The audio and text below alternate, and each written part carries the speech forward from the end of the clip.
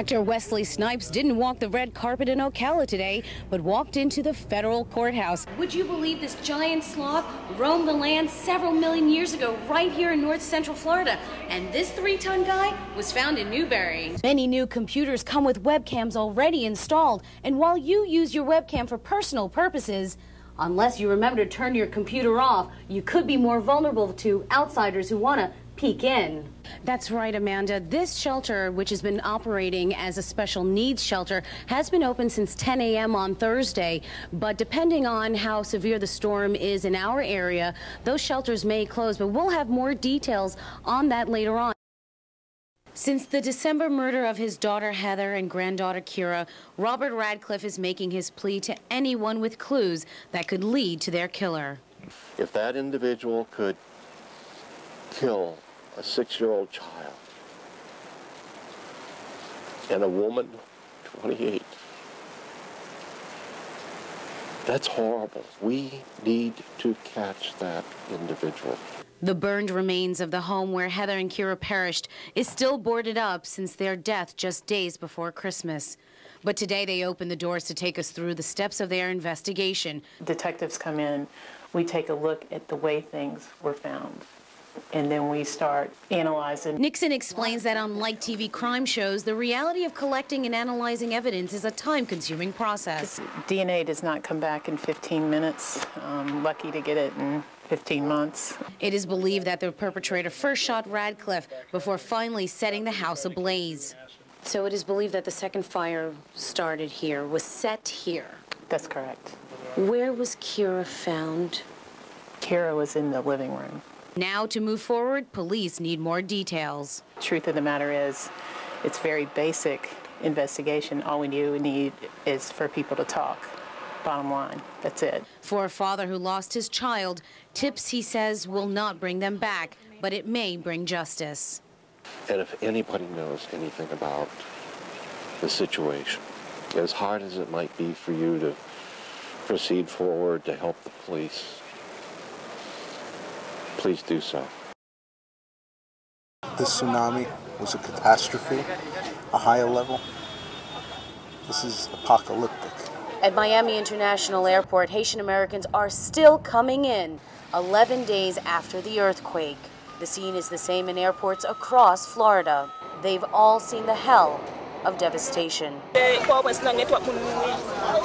It's probably a week and a half, or I don't know, 10 days later, and there's still people coming in. There's still people waiting for care. In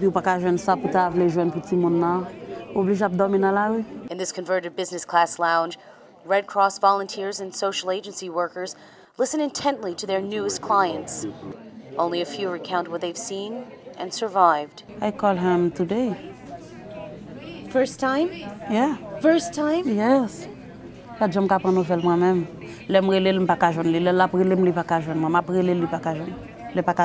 kept calling each other. They couldn't find each other. Today was the first time she's spoken to her Yeah, husband. She's just been sleeping in the street. Well, it's different. I mean, we've never done anything like this. Many of these charter flights out of Port-au-Prince get diverted from Miami, as air traffic can only accommodate so many unscheduled flights.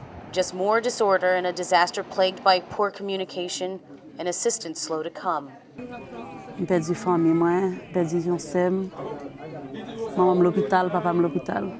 It's now up to the Department of Children and Families to get the distressed travelers home. The tickets aren't free, but for those without the means, taking the loan means the end of a harrowing ordeal. Reporting from Miami, Florida, Stacey Samuel. It's a kitchen fit for the best gourmet chef. And today, the kitchen at Eastside High School was host to 4 kings of culinary arts.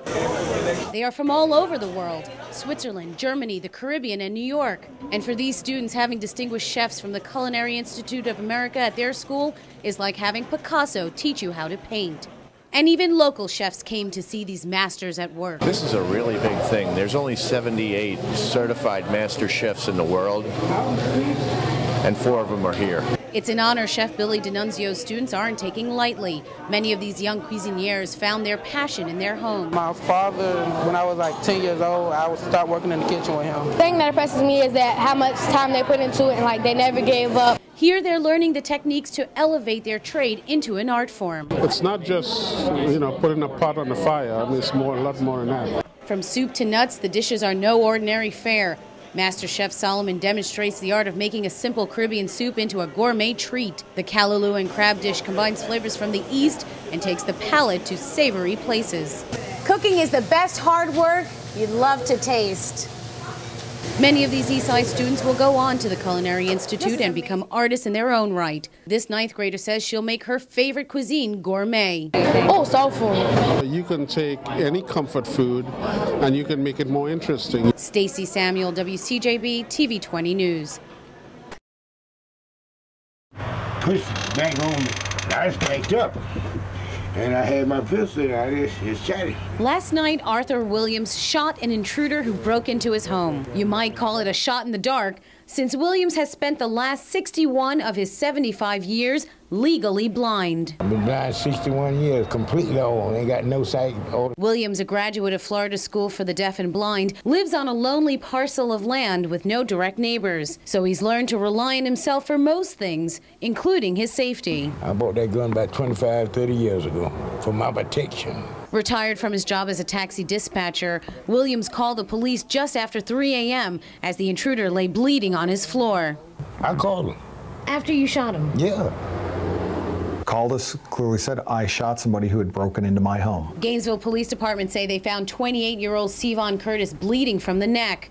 Curtis, who has previous records, will be charged with battery of an elderly man and burglary. That is, once he is released from the hospital. Did he push you? Did he aggress you at all? Well, you got to push my will in here. Williams admits that for an instant he was scared, and his tacker, well, he probably didn't bargain for this. This is the classic example. If you commit crime, you can get hurt. Williams's gun is in police custody for now, and police are praising this would-be victim for protecting himself. There are certain times we tell you, you have to do the things in your life that keep you safe, and he did. It is not a way to get people to love you. It is a way to make a point. Pastor Terry Jones of Gainesville, Florida, went from obscurity to notoriety with just one sign. We went from putting the sign up to many emails, telephone calls, and I guess pretty much the latest is we landed pretty much on the front page of CNN. But some would say it is infamy rather than celebrity that Jones has brought upon himself and his small church. Using the same types of tactics as the Taliban would use with the Quran. Neighbors from the middle-class subdivision and folks from across the county have come out with a message of their own. Me, the United States is based on freedom to practice religion, freedom to do so in peace, no matter what religion, no matter what faith.